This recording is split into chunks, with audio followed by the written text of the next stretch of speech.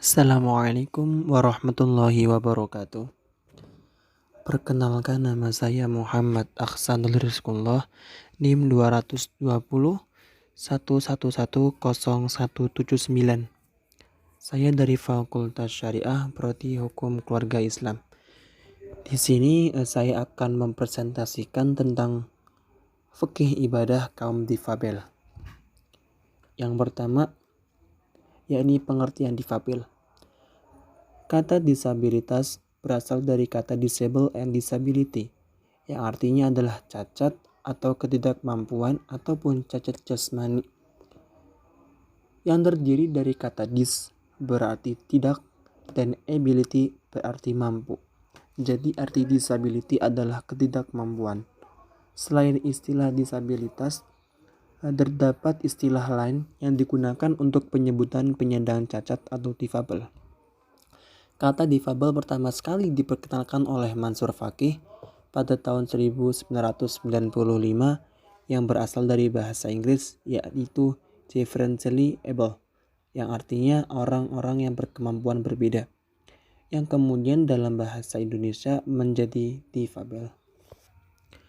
Kemudian yang kedua adalah istilah difabel dalam Al-Quran. Yang pertama ada kata umyun, hilangnya atau rusaknya penglihatan, atau dalam bahasa Indonesia sering disebut dengan tuna netra. Yang kedua adalah aswamu, artinya hilangnya atau rusaknya pendengaran, atau dalam bahasa Indonesia sering disebut dengan tuna rungu.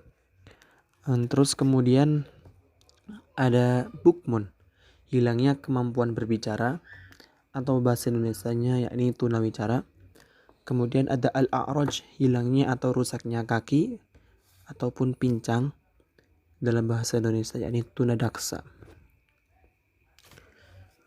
Yang ketiga adalah urgensi fikih difabel. Islam memandang netral kepada penyandang disabilitas, yakni memandang sama rata antara penyandang disabilitas dan manusia lainnya. Islam lebih mementingkan amal ibadahnya daripada melihat bentuk dan kemampuan fisik. Maka dari itu, manusia sebagai ciptaan Allah tidak perlu menyombongkan diri apa yang dia punya, karena itu semua adalah titipan dari Allah.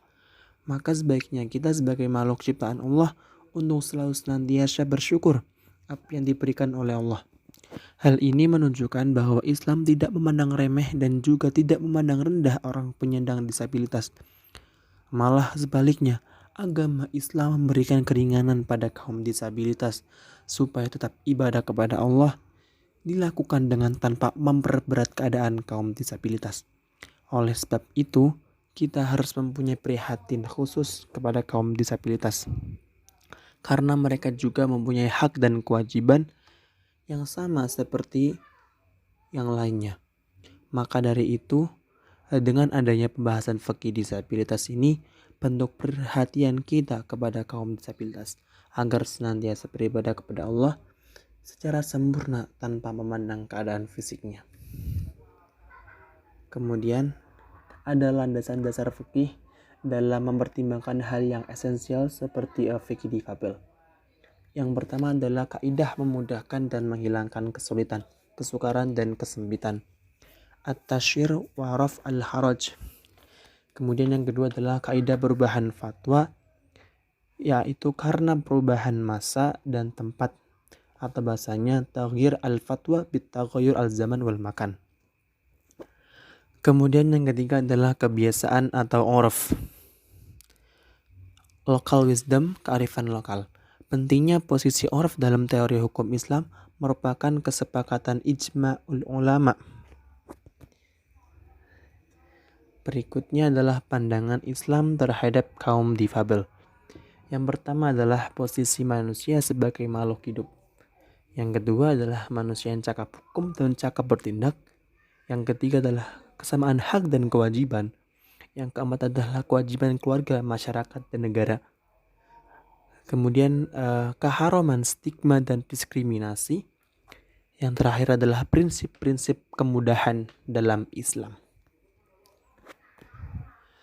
Kemudian ada Disability in Islamic Law oleh Ferdinand Rispelkheim, yakni sebuah buku yang menganalisis sikap terhadap penyandang disabilitas berdasarkan karya ahli hukum Islam fikih di abad pertengahan dan era modern.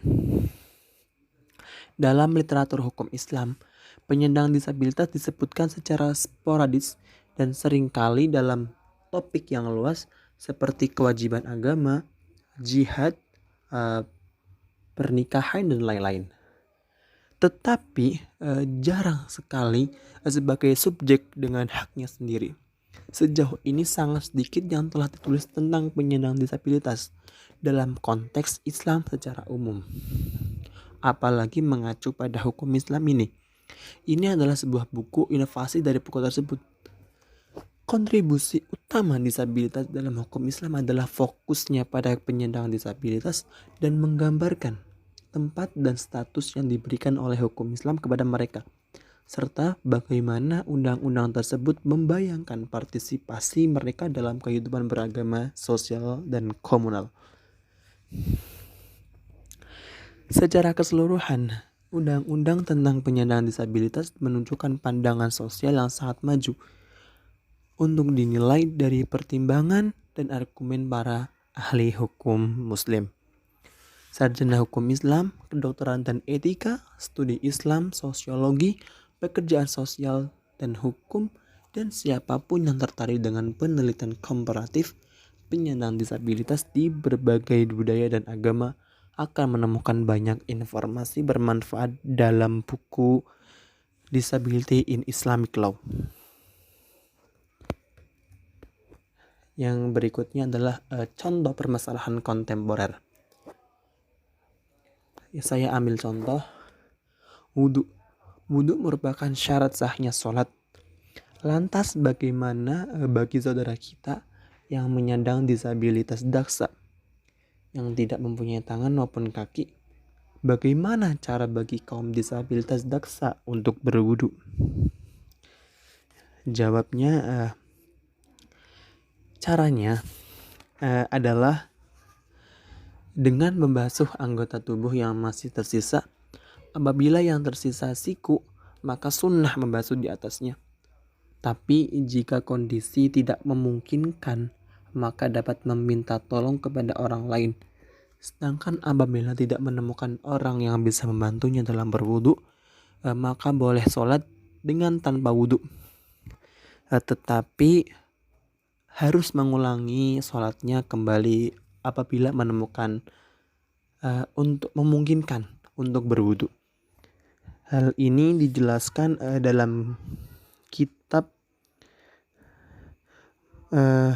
Rawdatut Thalibin karya Muhyiddin Syarif An-Nawawi yang berbunyi, wa illam yaqdir al-aqta'u wal maridu 'alal wudu'i lazimahu tahsilu mayyuwaddi'uhu imma mutabarri'an wa imma bi ujratil misli ida wajadaha fa illam yajid mayyuwaddi'uhu aw wajadahu wa lam yajid al ujratu aw wajadaha fatolaba aksara min ujratil misli lazimahu ayyusalliya bitayamumi wa ya'idu linuzurihi fa illam yaqdir ala tayamumi shalla ala halihi wa a'ida wallahu a'lam. Sedikit ditranslate mungkin. Artinya, apabila seorang disabilitas daksa dan orang sakit tidak mampu berwudu, maka ia wajib mendatangkan orang yang membantunya berwudu, baik secara sukarela ataupun harus membayar dengan upah normal. Apabila ia tidak menemukan orang untuk membantunya atau menemukan tetapi tidak mempunyai ongkos untuk membayar atau orang tersebut menuntut ongkos yang lebih dari normal, maka ia wajib sholat dengan bertayamum dan mengulanginya. Sebab ini peristiwa yang jarang terjadi.